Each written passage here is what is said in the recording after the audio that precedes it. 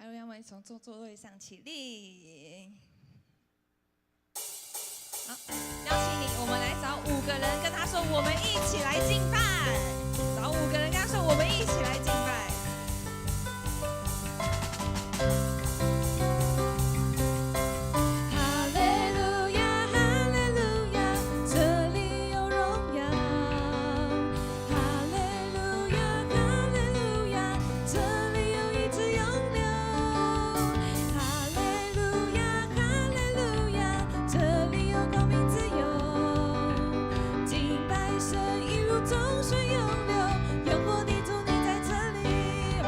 从头来唱。这里有荣耀，哈利路亚，哈利路亚，这里有医治永留，哈利路亚，哈利路亚，这里有光明自由，敬拜神一路从水涌流，永活的主你在这里，你是起初的幕后的，你是起初的幕后的，现在今在永在的主，全心敬拜你的神欢呼，羔羊被高举，公义的日头如光照耀，万光照看你的荣美，圣洁公义树明亮晨星，现在今在永在的君王，神是昔在今在永在的神，阿们吗？我们再一次从头来唱，拿出我们的热情，我们一起来敬拜。哈利路亚，哈利路亚，这里有荣耀。哈利路亚，哈利路亚，这里有医治永留。哈利路亚，哈利路亚，这里有光明自由，敬拜神一路中水涌流，永活的主你在这里，你是起初的幕后的，现在今在永在的主，全心敬拜你的神欢呼，羔羊被高举，公义的日头如光照耀，万光赞叹你的荣美，圣洁公义主明亮晨星，昔在今在永在的君王，你是起初的幕后的，昔在今在永在的主，全心敬拜你的神欢呼，羔羊被高举，公义的日头如光照耀，万国赞叹你的荣美，圣洁公义主明亮晨星，昔在今在永在的君王，再次来宣告，你是起初的幕后的，昔在今在永在的主，全心敬拜你的神欢呼，羔羊被高举，公义的日头如光照耀，万光赞叹你的荣美，圣洁公义主明亮晨星，昔在今在，再次昔在今在，昔在今在永在的君，昔在今在永在的君王，我宣告在我里面的，比世上一切更有能力，我不属这世界，我高举耶稣的名，我宣告在我里面有活水永流，满有能力，有耶稣在我里面活着，我勇敢站立，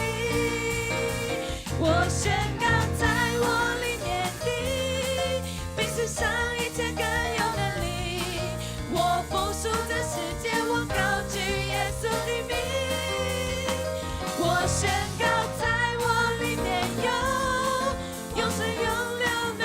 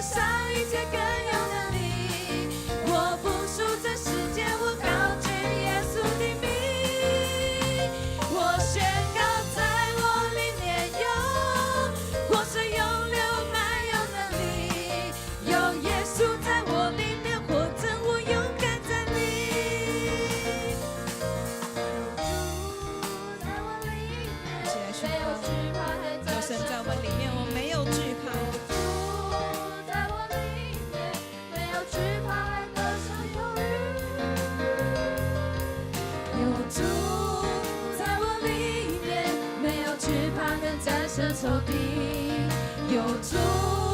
在我里面，没有惧怕，还得胜有余。在我里面的，比世上一切更有能力。我不属这世界，我高举耶稣的名。我宣告，在我里面有活水涌流，满有能力。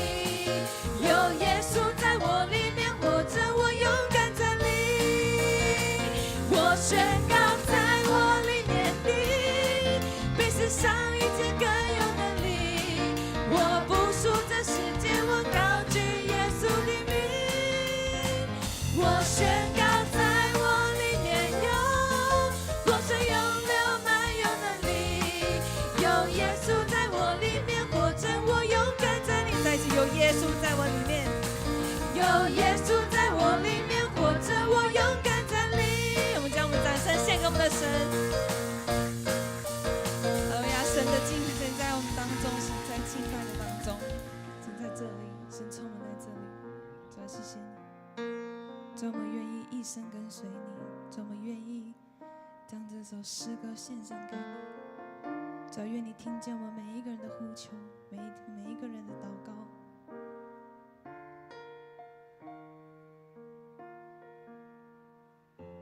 主，我愿更深认识你。主，我愿遵行你旨意，服你的恩，学你的样式，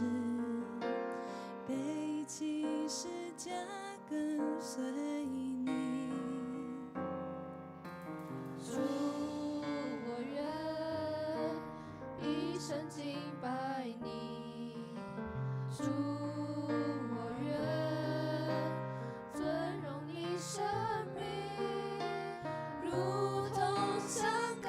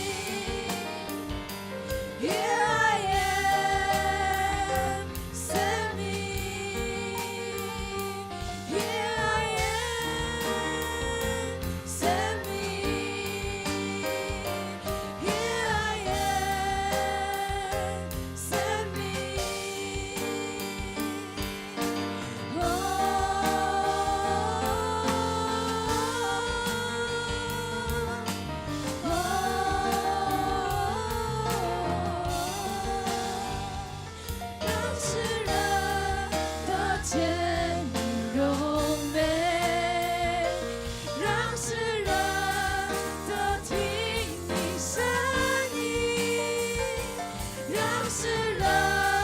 得着你救恩，我献上自己，让世人得见你荣美，让世人得听你声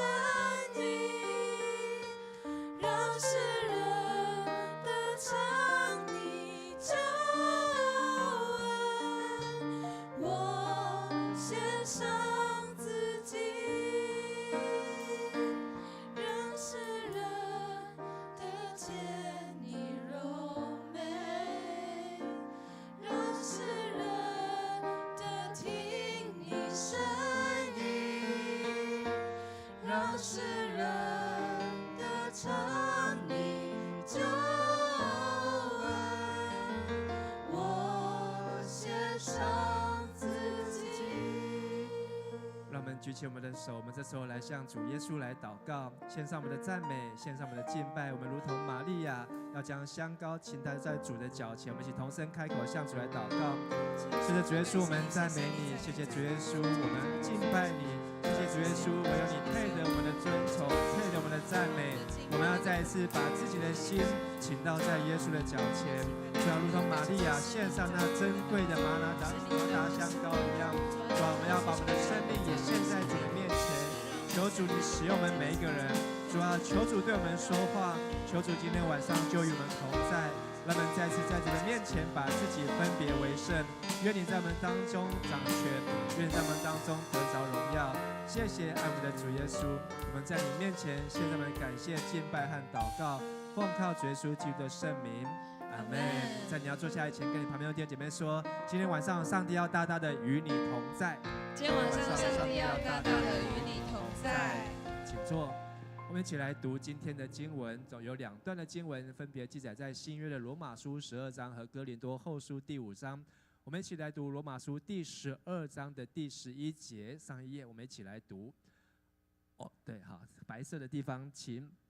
殷勤不可懒惰，要心里火热，常常服侍主。好，然后我们再读另外一段经文，是哥林多后书。原来基督的爱激励我们，因我们想一人既替众人死，众人就都死了。好，今天晚上我们邀请林伯寿牧师来到我们当中，要来分享信息。林伯寿牧师有没有人知道是哪一间教会的牧师？洪恩教会，好，很棒。有没有人知道洪恩教会今年几年了？第31年。31年了，好，31年。那有没有人知道伯寿牧师在洪恩教会几年了？伯寿牧师也不知道。进入第28年。28年，好，所以呢，洪恩教会开始的第3年，第1年是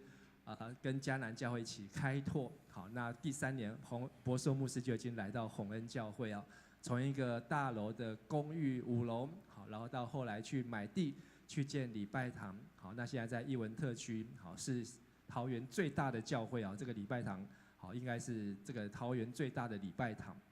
好，伯寿牧师在这边委身28年哦，好，所以呢，今天晚上我们邀请伯寿牧师，也是我们今年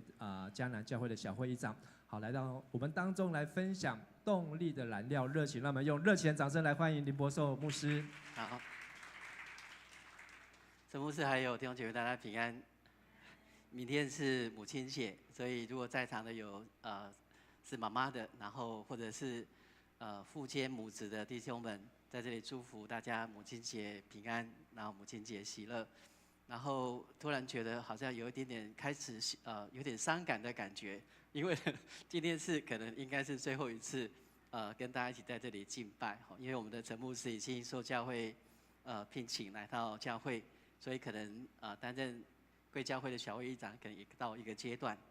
但是我相信在上帝的恩典当中，在上帝的国度当中，我们知道我们是一个圣而公的教会，所以不管在哪里，我们都一起在建造上帝的国度，然后让神的福音能够来得着传扬。今天晚上我们要一起透过刚刚所攻读的这2段经文，我们要一起来思想，我们是什么样缘故让我们能够找着那前进的这个动力？我想热情是一个非常重要的一个因素。所以我们可以想想看，神在我们的生命的当中都有一个荣耀的呼召。然后对保罗来讲，保罗他就是要到外邦去宣扬上帝的福音。然后被称为非洲宣教之父的李文斯敦，神在他生命当中有一个荣耀的呼召，就是要到非洲那一个地方来将福音带到非洲那一个地方来认识主。所以我们发现神在每个人的生命当中都有一个荣耀的呼召。但是亲爱的弟兄姐妹，我们想想看，我们怎么样来活出上帝在我们的生命当中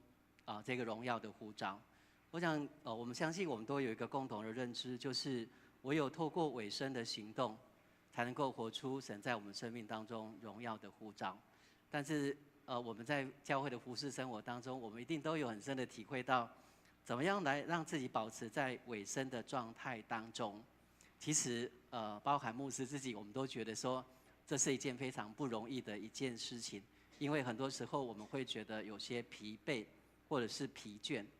但是是什么样原因会让我们感觉到有些疲惫或者是疲倦的这种状况？那我们看到可以找到有可能很多的因素，例如说事情太多了，或者是说这个在这个过程的当中，我们可能受伤了，或者是灰心，或者是失望，或者是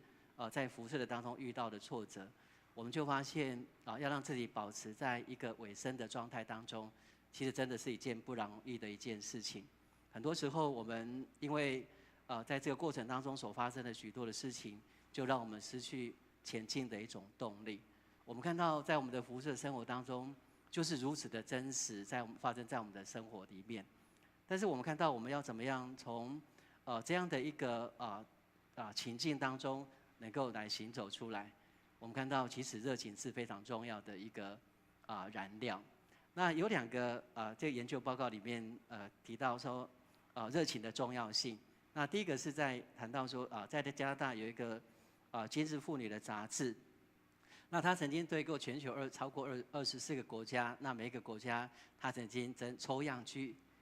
有40位以上的这个姐妹来做一个问卷，然后问他们说你们最在乎的到底是什么？然后我们看到他们有一个共同的答案，这个答案就是渴望活出热情的生命啊。所以我们发现到来自这不同的国家都有不同的文化的背景，但是他们都深深的知道说，他们很重要的是能够渴望活出热情的生命。那甚至其中有一位女士在这个调查里面，她说热情是对某个事物有强烈的感受，并且是一个持续不断的过程。然后还有另外一个学者汤马斯涅夫，他针对50位非常这个顶尖的 CEO 的领袖的特质这本书里面，他针对美国前200大的企业的 CEO 都有调查，然后他们就发现到说其中在这领袖的共同特质当中，第一个非常重要的就是热情啊。所以我们就发现到说，其实不管是从管理的角度，从很多不同的面向，我们都深深的去体会到说热情的重要性。所以爱默生他就说，如果不倾注热情的话，不要想要有什么样的成就或者是丰功伟业。那我们可以就深深的体会到说，热情会让我们产生提供各种动力。那热情也是一个成功的基础。那热情更是能够把我们的生命的每一个细胞连接起来、动起来一种力量。那热情也是激励我们不断向前奋进的一个动力。所以我们说这个热情这是动力的一种燃料。那我相信有一个牧师，他也是管理学或领导这方面的一个非常我们都很熟悉的一个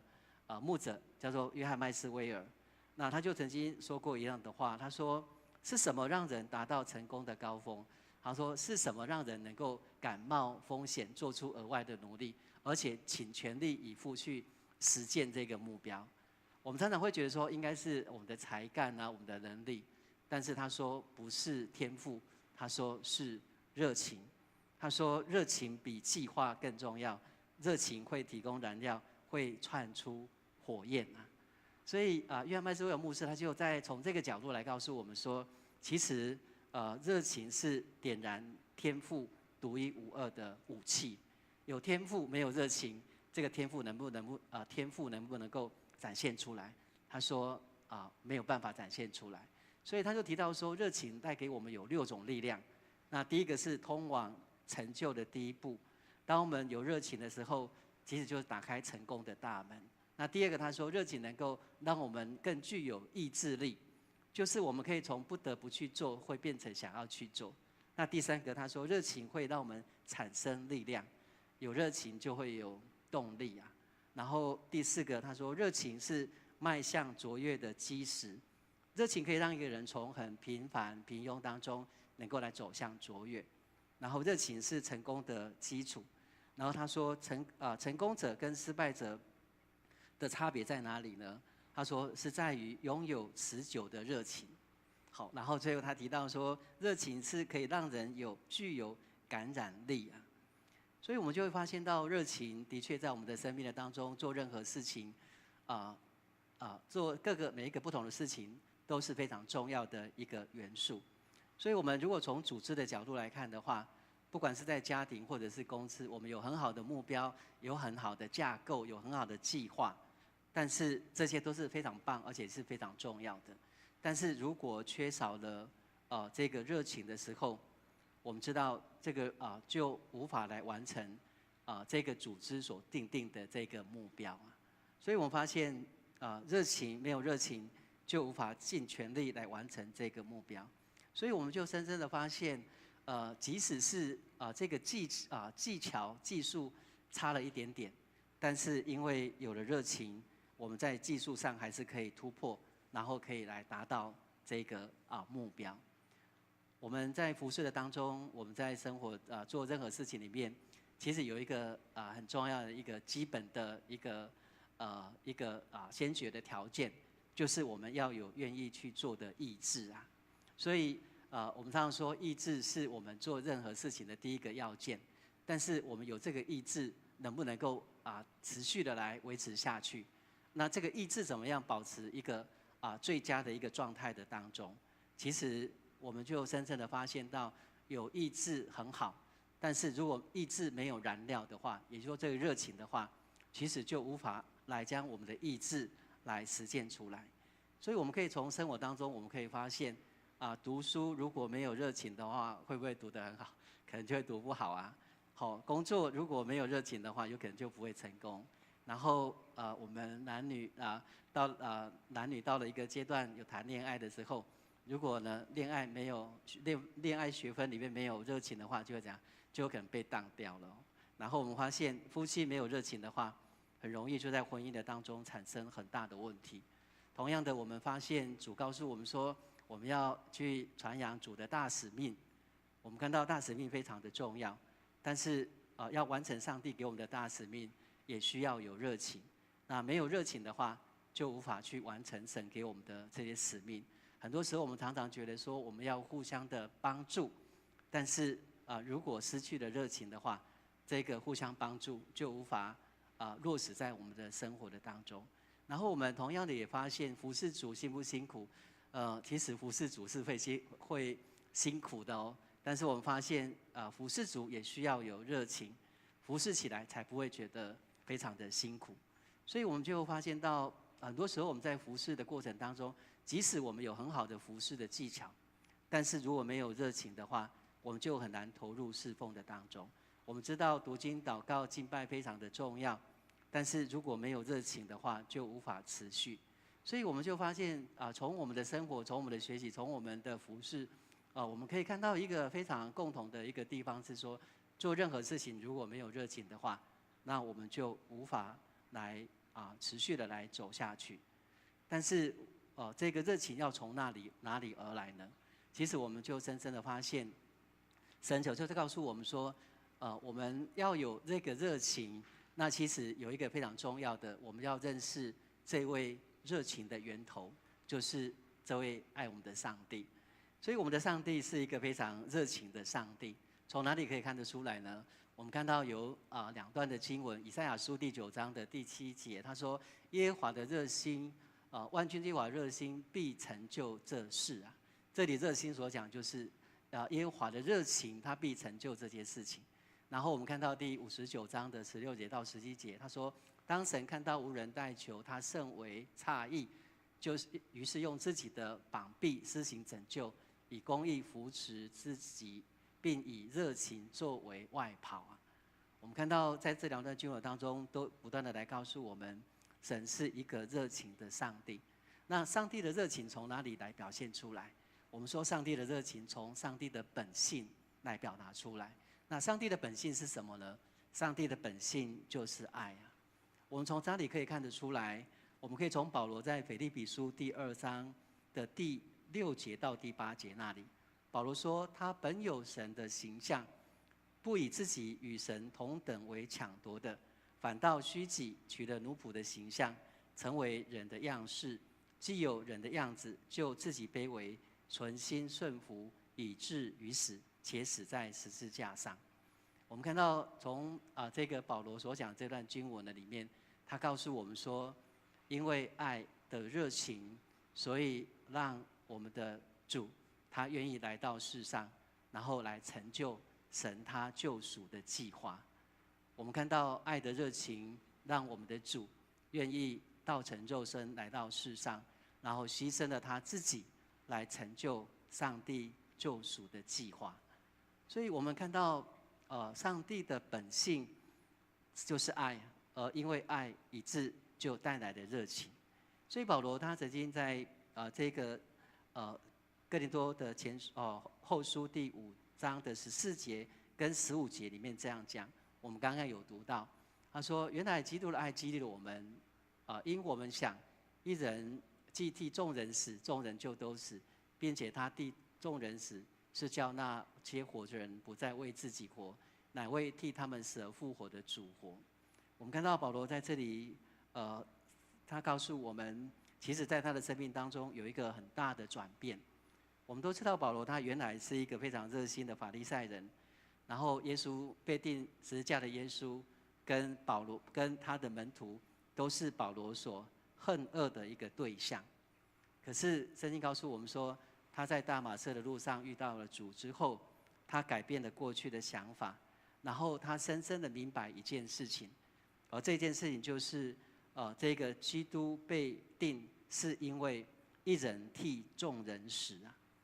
保罗深深的知道说，耶稣被钉是他主他替众人死，好让我们借着主的死，我们的生命活了过来。我们看到保罗深深的经历这样的一个与主相遇的这个经历了之后，我们看到保罗他就说，主的爱就成为引导他生命的力量。所以保罗说，原来基督的爱激励了我。我们知道这个激励的意思是抓住的意思啊。他原文的意思是说抓住的意思。保罗深深的被主的爱，这一种一人替众人死的爱给抓住了他，然后呢，以致他的生命有了一个很大的改变。我们看到主的爱抓住了保罗，我们看到主的爱就夺了保罗的全心，让他生命活出热情。我们看到从哪里可以看得出来保罗他的生命活出热情呢？我们可以从许多处的经文当中来看到，当他在传扬主的福音的时候，他如何来将他的热情来表达出来。我们看到在罗马书第1章的第14节，保罗他说，无论是希腊人、化外人、聪明人、愚拙人，我都欠他们的债啊。我们看到保罗并不是说他欠他们多少钱，我们知道这个债的意思有几个意涵。第一个是说我们真的是欠了谁多少钱，但是还有另外一个欠债的意思是说别人把东西寄给了我们，要我们拿给另外一个人，那我们没有把这个东西拿给该拿给的人的时候，这也是一种欠债啊。那所以保罗他说，我都欠了他们的债，是在表达说，因着主，然后把这个主的救恩这个福音，然后呢给了保罗，要保罗把这些主的福音传扬给外邦人。那如果保罗没有去做的话，他就欠了这些人的债。所以保罗深深的知道说，这是神给他一个非常重要的托付，所以也因为主的爱，让他有热情能够向外邦人来传福音。所以保罗在哥林多前书的第9章16节，他才会说，我若不传福音，我便有祸了。然后甚至当他要跟以弗所教会的长老道别的时候，我们看到在使徒行传第20章的24节，他说他明明知道前面有这个捆锁跟患难在等着他，可是他说他不以性命为念，也不看为宝贵，只要行完我的路程，成就我从主耶稣所领受的指示，证明神恩惠的福音。我们看到保罗也好，我们就会看到世世代代的基督徒们，因为被主的爱所抓住，以致他们就愿意乐意来摆上他们自己。我们知道有一个很有名的这个布道家穆迪，然后我们知道他是一个很会布道的一个福音的一个使者。可是我们如果知道他的背景的话，我们就会知道说，其实穆迪他原来是一个家里头非常不太有钱的一个家庭，然后他的爸爸是一个很爱酗酒的酒鬼，然后呢，穆迪从小就在田里面工作，然后大家知道他17岁的时候，我们17岁的时候不知道在做什么事情我们可能去做很多我们所喜欢做的事情，可是我们看到他17岁的时候，他就搬到了这个波士顿去擦鞋维持他的生活，然后呢，他也没有正常的上学，所以呢他在讲英文的时候，然后呢也讲的那个文法上就有些的不同，可是大家都觉得非常的好奇，那为什么他传福音那么的成功？那有一天呢，有许多的这个传教士就来拜访这个穆迪那他们都很想知道说也没念什么书，也没有很好的一个家庭背景的穆迪，那他究竟用什么方法能够让人来相信耶稣基督？我们看到穆迪我们可以想象说穆迪他做了一件事情，穆迪就把他们带到一个窗户的旁边，然后呢告诉他们说，你们从这个窗户往外面看的时候，请问你们看到了什么？然后呢，这些传教士并不知道这个穆迪说这句话的意义到底是什么。然后呢，许多传教士看了之后，然后就回答的穆迪有的人说看到了很多的车子，有人说看到了很多的人，有人说哇看到好漂亮的树看到很多他们所看到的人或者是景物。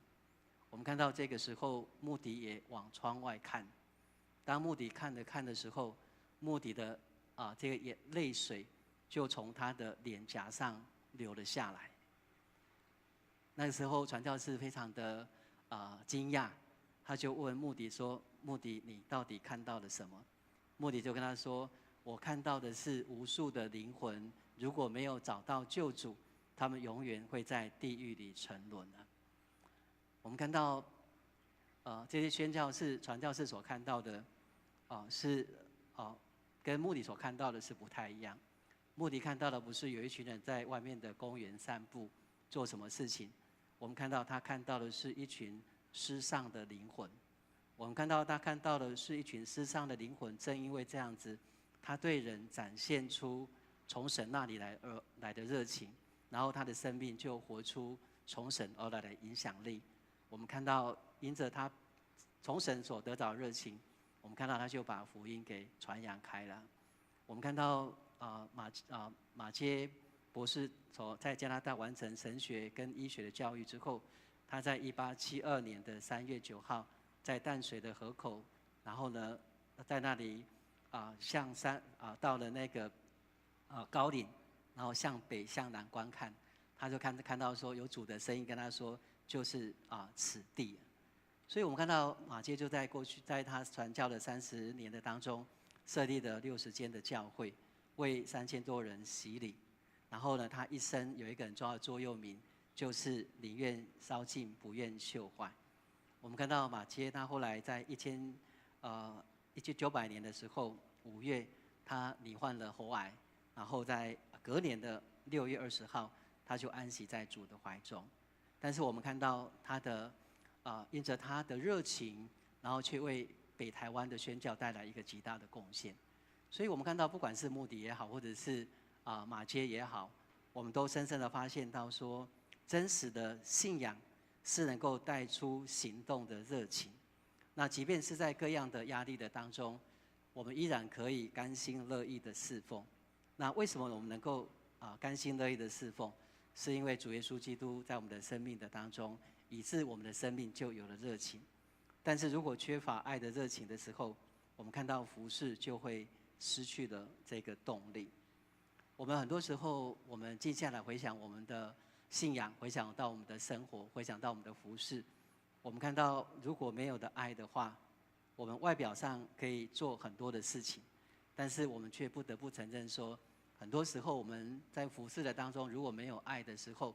我们的服事，我们所做出来的事情，我们看到自己都不感动，别人也不可能不会有感动啊。当祷告的时候没有爱的时候，我们的祷告就会变得很机械化。我们读经如果没有爱的话，这个读经就会变得好像是一个例行的公事。但是很多时候，我们如果真的是很想投入一件事情，而且当那一个热情出来的时候，我们就会发现没有人能够阻挡。就像保罗一样，他看到前面虽然有捆锁患难等着他，他说他并不以性命为念，他只要成就从主所领受的，只是证明神恩惠的福音。很多时候我们常常说，哎呀，主啊，我没有时间读经祷告，我没有时间服事，我没有时间做礼拜。很多时候并不是因为没有时间，很多时候我们都知道是因为优先次序的问题。当我们知道这件事情对自己很重要的时候，我们的内心才会充满热情。当我们觉得这件事情很重要的时候，我们才会尽全力去完成。我们常常说，从我们的 schedule 可以看出我们所看重的事情到底是什么。我们常常排了礼拜一去哪里玩，礼拜二找谁谈天，礼拜三去做什么。所以我们会发现到说，从我们的时间表的安排，可以来表达我们所看重的到底是什么。所以很多时候我们发现，不是没有时间，常常只是因为优先次序的问题啊。所以我们看到热情是动力的燃料，而我们的上帝是一个热情的上帝。然后我们要保持一个热情的关键很重要，就是要在上帝的里面。我们现在在家庭当中，我们都有开火吼，我不晓得大家有没有开火。我记得我以前小的时候，那还没有家里头还没有瓦斯，好，然后呢，我们家要煮饭或者是洗澡，那我们所要做的就是要去这个山上去锯木头下来，然后呢就把那个木头晒干之后，然后呢用木头，然后有以前那个灶可能对很多在场的比较年轻的可能不太了解。我们看到那个灶，然后就去煮饭，然后烧水，然后成为我们的使用。但是我们要煮饭的时候，就发现到说要先点燃一堆的那一个柴火。但是我们知道这个木材所点燃的柴火，它是会熄灭的。所以在小的时候，我们如果想要让这个水赶快煮开的话，那我们就要让这个火烧得旺一点点。然后我们就发现这个柴火要不断的添加，而且要小心的看顾着它。那这个经验让我真正的发现到说，从这个过往的日常的经验提醒我自己说，其实我们常常对很多的这个工作、家人或朋友，或者是服侍，然后呢，如果我们没有常常来添加这个热情的柴火，那我们如果没有常常去细心的呵护着它的时候，其实我们就很容易这个火就会熄灭。然后很多时候我们也有可能发现到说，我们常常让一些小小的事情，好，然后就浇熄了我们的热情。例如说服侍的时候可能没有被注意到，服侍的时候可能有些人对我们提出一些的建议，或者是我们在服侍的时候有人说了些什么，我们就发现到说，在我们的生活的当中，很容易让小小的一些小小的不如意的这些事情，就浇熄了我们的热情。但是我们要怎么样让自己常常保有热情呢？那我们从热情这个字里面，给我们一个非常重要的一个提醒。热情这个字，它原来的意思就是在讲到热情或者是兴奋的意思。可是我们如果从它这个热情的这个字的两个字根来看的话，其实它是在表达两件事情，一个是在什么什么里面，另外一个是上帝的意思。也就是说，热情的意思是说，当我们常常在上帝的里面的时候，我们的生命就会有热情，因为我们的上帝是一个热情的上帝。那我们要保有热情的关键，就是要在上帝里面，要在跟上帝有一个美好的连结，所以我们才能够深深的体会到主耶稣曾经告诉我们说，他就是真葡萄树里的他，我们就不能够做什么。我们如果没有常常在神的里面，我们如果没有常常跟神连结在一起的时候，我们看到我们就容易失去的这个热情。所以我们在上帝的里面，我们才会有热情，因为我们的上帝是一位是一切爱的源头，从上帝而来的爱才能够激发我们生命的热情。我们看到，当我们活在爱的里面，我们才能够有热情；我们活在爱的里面，我们生命才会有动力。所以我们就发现到说，推动我们火热的去服侍的动机，去做很多热事情的这个动机是什么呢？我们看到爱就是爱，所以我们如果能够把爱，然后从我们的家庭或工作或服侍当中拿掉的时候，我们就会发现到说，我们的服侍就没有力量了。我们就好像那一个烧的柴火，然后就很容易就熄灭了。所以愿神帮助我们，让我们能够在我们的生活的当中，能够常常保有神所赐的那一个爱，能够在上帝的爱的里头，让我们因为被神的爱所激励，被神的爱所抓住，以致让我们的生命也能够活出神的热情。然后保罗他告诉我们说，殷勤不可懒惰，要心里火热，常侍奉主。我们如果从这段经文里面，其实保罗要告诉我们，服侍主要心里火热。但是我们如果从这段经文的上下文来看的话，其实保罗他是在告诉我们说，我们要活在爱的里面。保罗他提醒我们，哪里有爱，哪里就有喜乐；哪里有爱，那里就会有热情。所以求主帮助我们，让我们在面对很多不同的生活当中所要去面对的这些的面向，不论是学业，不论是工作，不论是家庭，不论是感情，不论是服事，我们都求神帮助我们更深更深的领受到上帝的爱，以致让我们因为爱，我们生命就产生热情，以致我们就在神的带领的当中来保有，来活出神在我们生命当中每一个不同的呼召，推动热情就推动着我们继续委身在神的呼召里面，来成就神所要成就的功。愿神透过今天晚上他自己的话语，来成为我们的激励，成为我们的提醒，成为我们的鼓励。我们要用一首诗歌来回应神他自己的爱，以及他今天话语的带领。我们用我献上自己这一首诗歌来回应呼召我们的主。主把每一个荣耀的呼召放在我们的生命的当中，但是我们要怎么样？神要我们透过委身的生命去完成神生命当中的呼召，但是要继续保持在那个委身的状态当中，唯有更深领受神的爱，我们的生命才会有神所赐的热情。我们用这首诗歌来回应神他对我们的说话。主，我愿更深认识你，主，我愿遵行你旨意，服你的恩，学你的样式，背起十架跟随你。主，我愿一生敬拜你，主，我愿尊荣你生命，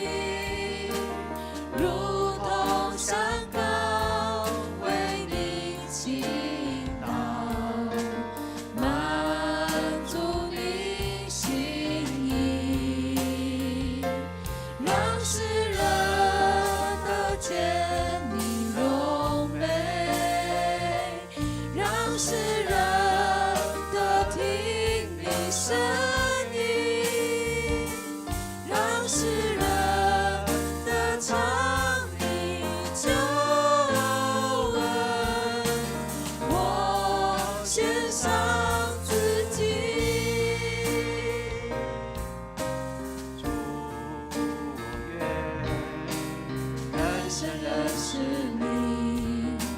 主，我愿遵行你旨意，服你的恩，学你的样式，背起十架跟随你。主，我愿一生敬拜你。主，我愿尊荣你生命，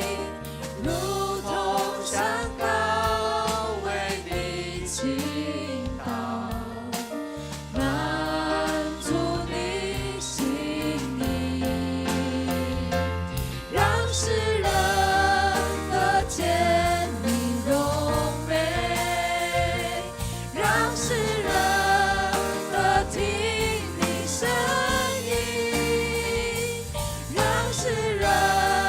得着你救恩。我献上自己，让世人得见你荣美，让世人得听你声音，让世人得尝你救恩。我献上自己。我们一同来祷告。爱我们的主耶稣，我们要感谢你，因为你在每一个人的生命当中都有一个荣耀的呼召，你更透过每一个在你面前委身的行动，来活出呼召的生命。主啊，但是我们很多时候，我们知道要如何让自己保持在委身的状态的当中。主，我们在你的面前承认，主，我们这真是不容易的一件事情。主啊，就在今天晚上，主，我们特别要为，若是因着在服侍的过程的当中，感到受伤、灰心、失望，或者是挫折，以致失去了继续前进的动力的弟兄姐妹，主，我们要将他们交在上帝你的手里。主啊，让你的爱来与他们同在。主啊，让你的爱在他们的生命的当中重新来点着继续前进的热情和动力，好让他们继续走在神你那荣耀的呼召的道路的当中。主啊，我们也恳求神你来赐福我们众弟兄姐妹。主啊，让我们再一次更深的来经历主你在那十架上救赎的爱，更深的经历主你那救赎的恩典。主啊，就像保罗所说，因为基督的爱抓住了他，以致他就不得不那个热情来催促着他，即使要面对许多的挑战和困境，他依然没有失落从你那里来所领受的呼召。主啊，求你也继续将你的爱放置在我们的当中，成为我们继续前进的动力。主，我们谢谢你，谢谢主，在你面前祷告，奉主耶稣基督的名，阿们。我们要请服侍的同工来帮助我们预备领受主的圣餐。在领圣餐的当中，我们再将刚刚那首诗歌，我们再唱一遍，一起来预备我们的心。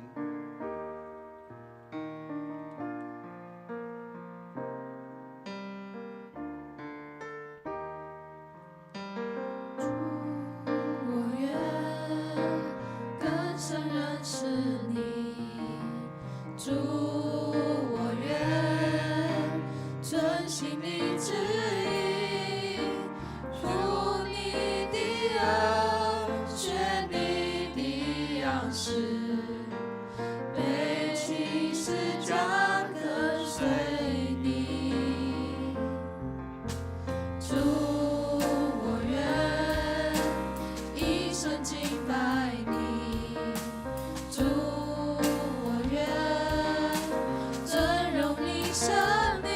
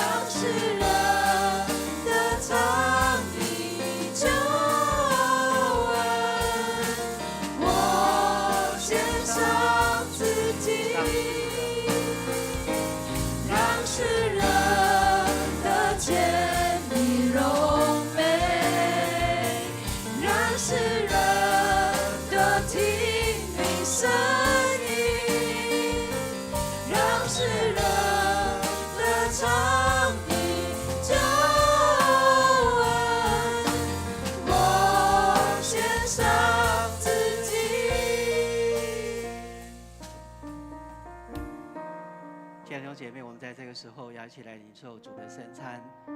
我们奉主耶稣基督的名，欢迎凡属于他的教会可以领受圣餐的弟兄姐妹一同来领受主的圣餐。让我们来听主耶稣对归向他的人所说恩典的话。主说：“我就是生命的粮，到我这里来的必定不饿，信我的永远不渴。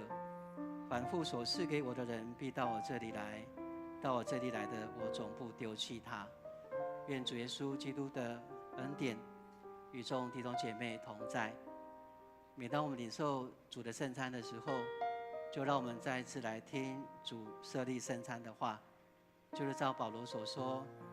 我当日传给你们的，原是从主所领受的。”就是主耶稣被卖的那一夜，拿起饼来祝谢的，就拨开说：“这是我的身体，为你们舍的，你们应当如此行，为的是要来纪念我。”饭后也照样拿起杯说：“这杯是用我的血所立的新约，你们每逢喝的时候，要如此行，为的是要来纪念我。你们每逢吃这饼喝这杯，是表明主的死，直到他再来。”当主耶稣被卖的那一夜，主耶稣拿饼祝谢，我们也学习主的样式来感谢爱我们的上帝。我们同心一起来祷告。亲爱的主耶稣，我们现在按照你的命令摆设这宴席，为纪念你永远赎罪的祭。求你差遣圣灵将我们分别为圣，又分别这些摆在你面前的饼和杯为圣。让我们接受这些，借着信而分享你的身体和宝血，又因你恩典的帮助，使我们在灵里得着培育，在恩典中得着成长，好让我们的生命能够荣耀你。祷告奉主耶稣基督的名，阿们。亲爱的弟兄姐妹，主耶稣说：“这是我的身体，为你们舍的，你们应当如此行，为的是要来纪念我。”主耶稣说：“这是我的身体，为你们舍的，你们应当如此行，为的是要来纪念我。”主耶稣说：“这杯是新约用我的血所设立的，你们每当喝的时候，也应当如此行，为的是要来纪念我。”我们要请服侍的长老来帮助我们，一同来领受主的饼和杯。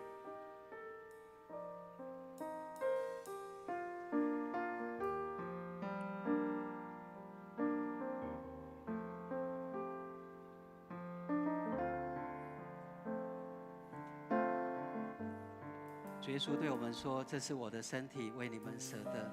你们应当如此行，为的是要来纪念我。”主说：“这杯是用我的血所立的新约，你们每当喝的时候，也应当如此行，为的是要来纪念我。”愿我们在领受主圣餐的时候，更深来经历主耶稣他十字架上救赎的恩典。我们拿取道之后，我们可以把外面的包装先行打开，方便我们等一下一同来领受。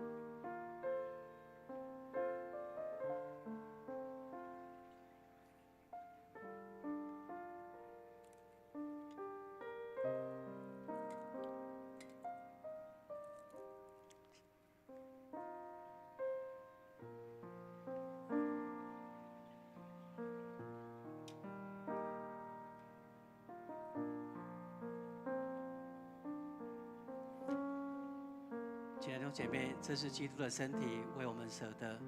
我们也应当如此行，为的是要来纪念他。这杯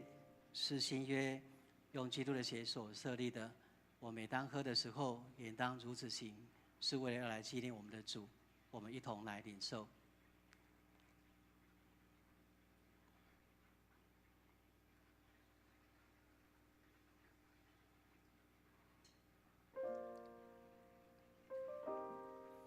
你每逢吃这饼、喝这杯，是表明主的死，直到他再来。愿主耶稣基督的平安与众弟兄姐妹同在。我们同心一起来祷告。天父上帝，我们感谢你，因着你的大爱，我们领受你的圣餐，是我们培育灵魂真实的食物。让我们再一次明白，我们是蒙福忠实的信徒，也是你永远国度的后裔。天父，我们谦卑在你的面前向你祈求，当我们再次将自己献上成为活祭，求你鉴察接纳我们，求你用你的慈爱帮助我们，让我们持续与你建立这圣洁的交通，从今之后更能荣耀你。祷告奉主耶稣基督的名，阿们。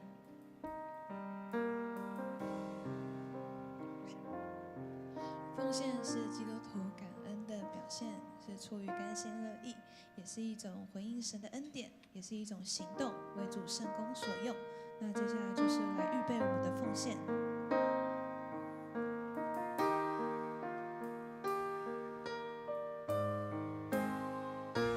我心切切渴慕你，主，我要紧紧跟随你，你恩典与慈爱永无止息，你心是直到永远。我望我的神，因你奇妙生命，献上我的赞美。耶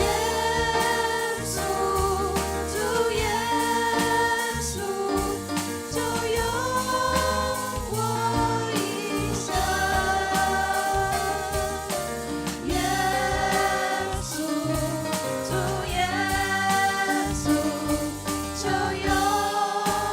我一生。爱我们天父上帝，我们感谢你，主啊，谢谢你如此的爱我们，主啊，谢谢你这么的爱我们，主啊，我们也谢谢主啊，请你让我们能够用主啊你的慈爱与恩典在我们的当中，主啊，我们要把我们的道路都交托给你，主啊，你必成全，主啊，我们现在献上时间、金钱、才能，为主圣工所用，求主悦纳。这样感谢祷告是奉靠主耶稣圣名祈求，阿们。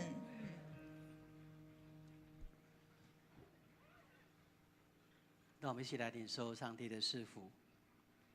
但愿是有盼望的上帝，因着信将诸般的喜乐、平安充满你们的心，又借着圣灵的能力，使你们大有盼望。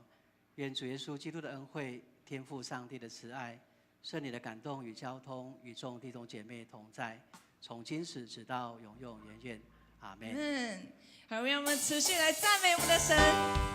用我们的热情，用我们的活力来赞美我们的神。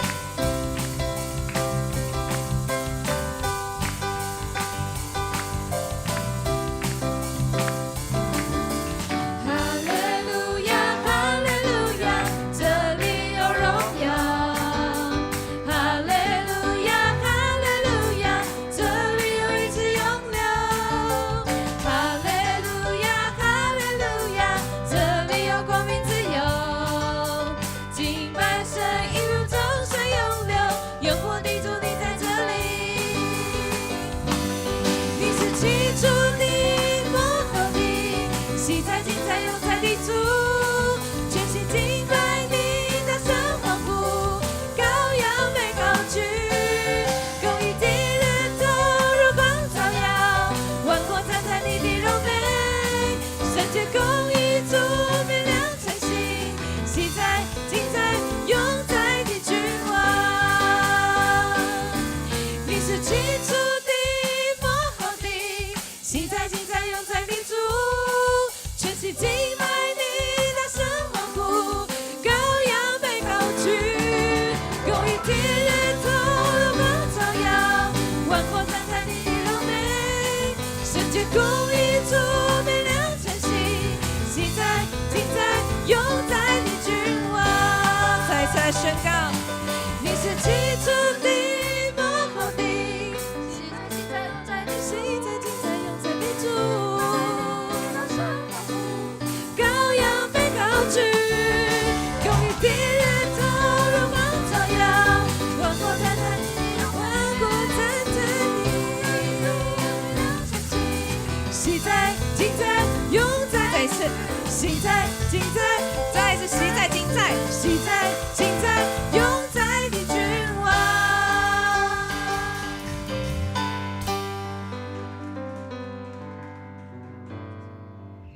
好，我们今天的聚会到这边，我们跟你旁边弟兄姐妹跟他一个 high five， 说：上帝要永远与你同在，上帝要永远与你同在。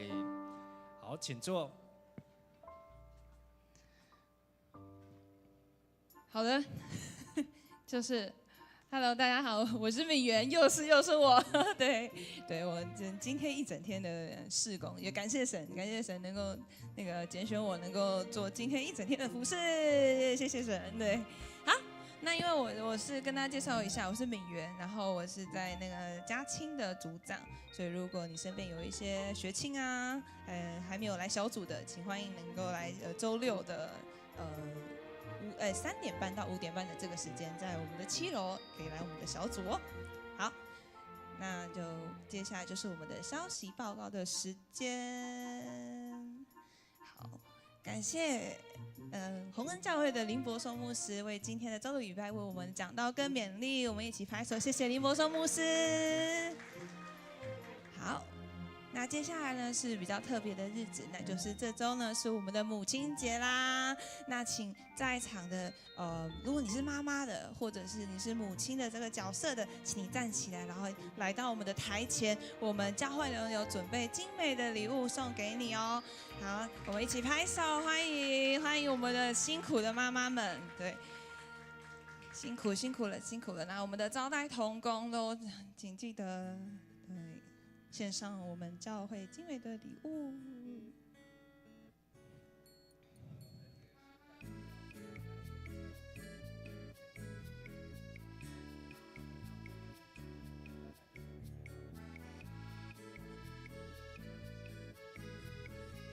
来赠送这个礼券来谢谢妈妈们。好，但是这个礼券呢是1人1份哦，所以如果明天再来的时候呢，记得不要领哦。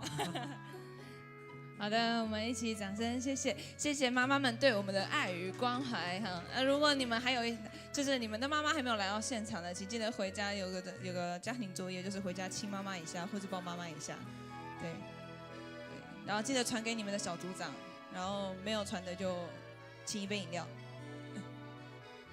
好，谢谢，记得哦，家庭作业就是回家抱妈妈跟亲妈妈。好，那最重要的是明天呢是5月12号的联合礼拜，那在早上10点的时候，在33堂的就在这边信堂聚会哦。那只有1场礼拜，请记得。好，那就是敬拜团的报告。好，复兴呢赞美团的高峰会在7月20号，我们要去参加赞美之泉的特会哦，所以欢迎你是对于敬拜团有一些兴趣的，或者是你是牧区的同工，敬拜团的同工，也欢迎你来参加。那如果你有想要询问的，或者有特别有什么问题的，可以问我们的敬拜团的团长是新敏执事。好，他今天不在，好，那就是可以问敬拜团的所有的同工都可以问。好，接下来就是我们夏令营的同工招募的影片啊，不然我找小强跟小华一起出去玩好了。可是他们都交女朋友了。对，那我也去交个女朋友就好了。怎么交女朋友呢？让我们来看《恋爱宝典》就知道啦。它上面说第一点，书上说女生都喜欢好相处、个性温柔的男生。要怎么变成一个个性温柔又好相处的人呢？嘿，小明，那你为什么不来参加2024年的阿卡北夏令营志工呢？赶快担任队服与小朋友互动相处，培养温柔与耐心。小强，你是这样交到女朋友的吗？但是担任夏令营志工感觉很麻烦呢。还是我再看看《恋爱宝典》有什么好了。第二点，女生都喜欢口才好又幽默风趣的男生。对耶，像班上那个人缘好的小张，他就很受到女生的欢迎。可是我口才没有很好哎，那就来担任2024年阿嘎培夏令营志工吧。教学组担任教学的角色，培养自己的口才与能力。啊，小张，你也参加2024年阿卡培夏令营志工吗？可是夏令营哦，我还是再看看《恋爱宝典》好了。它上面说第3点，擅长电脑的人容易受到女生喜欢。莫非我的机会来了？我还蛮擅长电脑类器材的东西耶！我的春天来了，那就来参加2024年阿卡培夏令营担任志工吧。擅长器材、电脑等幕后制作工作吗？总务组适合你，还不赶快报名2024年阿卡培夏令营？我就是不擅长人际交际，才一直没有答应的意思啊！不要担心，大家都是友善的人哦。参加夏令营可以培养人际交流能力，不同的工作内容也可以让你一展长才，培养自信，充实你的暑假生活。不要担心啦，小明，现在就扫描 QR code，赶快报名吧。小强、校花，我们一起去担任志工吧。2024阿嘎贝夏令营志工招募，详情请扫描 QR code 报名。2024阿嘎贝夏令营，等你一起来参与。好，我们击掌声。说我女朋友哩。好，那就是欢迎这个童工招募的时候，就是如果你现在身边也有一些学青身份的，然后还没有加入童工，请记得赶快来加入，因为真的你一定要参加一次夏令营，一定要当一次童工嘛，对不对？对。然后，那我们的营会时间在7月8号到7月12的这个时间。那有任何问题可以问我们的营长陈毅举手，对，可以问他哦。好，所有童工都要来。好，那再来就是开放学员报名的时间。那营会也是7月8号到7月12，那早鸟到5月15，所以也是这个下个礼拜。对，下个礼拜就是没有早鸟报名了，所以你要赶快哦，差200块，其实有差别。对，好，那就是邀请你就是认识的一些学员的，在这个年纪，国小1年级到6年级这个年纪的，都欢迎他们可以来参加，那真的非常的好玩。好，那我们也欢迎陈柏志牧师跟全家人在5月1日起的赴任，那我们会定在5月26号的礼拜天的下午3点举行陈博士牧师的就任本会第6任的主任牧师的受职感恩礼拜，那请大家可以预备心，我们都一起共同来出席哦。好，那最后呢，就是我们的生日助学金的预定时间在5月12号的，就是明天的母亲节的主日，在礼拜中颁发。那名单以及详情的资料都在周报的第7页，所以可以去参考看看。弟兄姐妹平安。那接下来就是我们特刊的一个影片。如何操作江南教会60周年特刊相片收集线上表单操作？你可以使用修图长给你的那个字，或者是你可以扫描 QR code， 但他们的操作是一样的。当你扫描 QR code 之后呢，打开2维码，就可以进入我们线上表单的界面。那这里也有提供纸本的表单可以做下载。如果是您在干事室没有看到纸本表单的话，也可以在这边下载之后列印出来。下方呢就填上您的提供者姓名，然后提供者的小组。小组的话建议你填上你的区还有你的小组，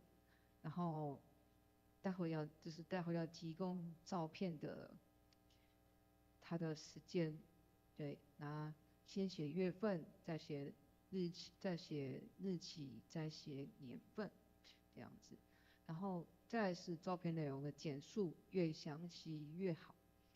然后如果照片上面有人物的话，请在这此处标记，比如说左边是谁，中间是谁，右边是谁。那如果有多个人的话，就请尽量的，就是表示清楚。然后最后呢，按这个新增档案，就可以上传你要给的照片，按浏览，然后到你的媒体浏览器里面，你就可以选出你要点选的照片，上传的照片是哪一张，然后上传之后，我们编辑委员就会收到了，谢谢。好，这个就是我们那个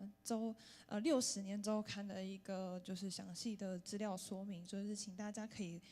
就是踊跃的投稿，对，那上面都有备注一些资讯要怎么填写，那这些填写资讯都在小组长的记事本里面，那如果你们需要的话，小组长都可以发一些资讯给你们，对，怎么填写都上面写的清清楚楚的哦。那就是欢迎大家踊跃的投稿，那投稿好像都会拿到一份礼物，对不对？木轩，好，木轩不在 ，OK， 那就欢迎大家一起来投稿，让我们的周刊越厚越好。好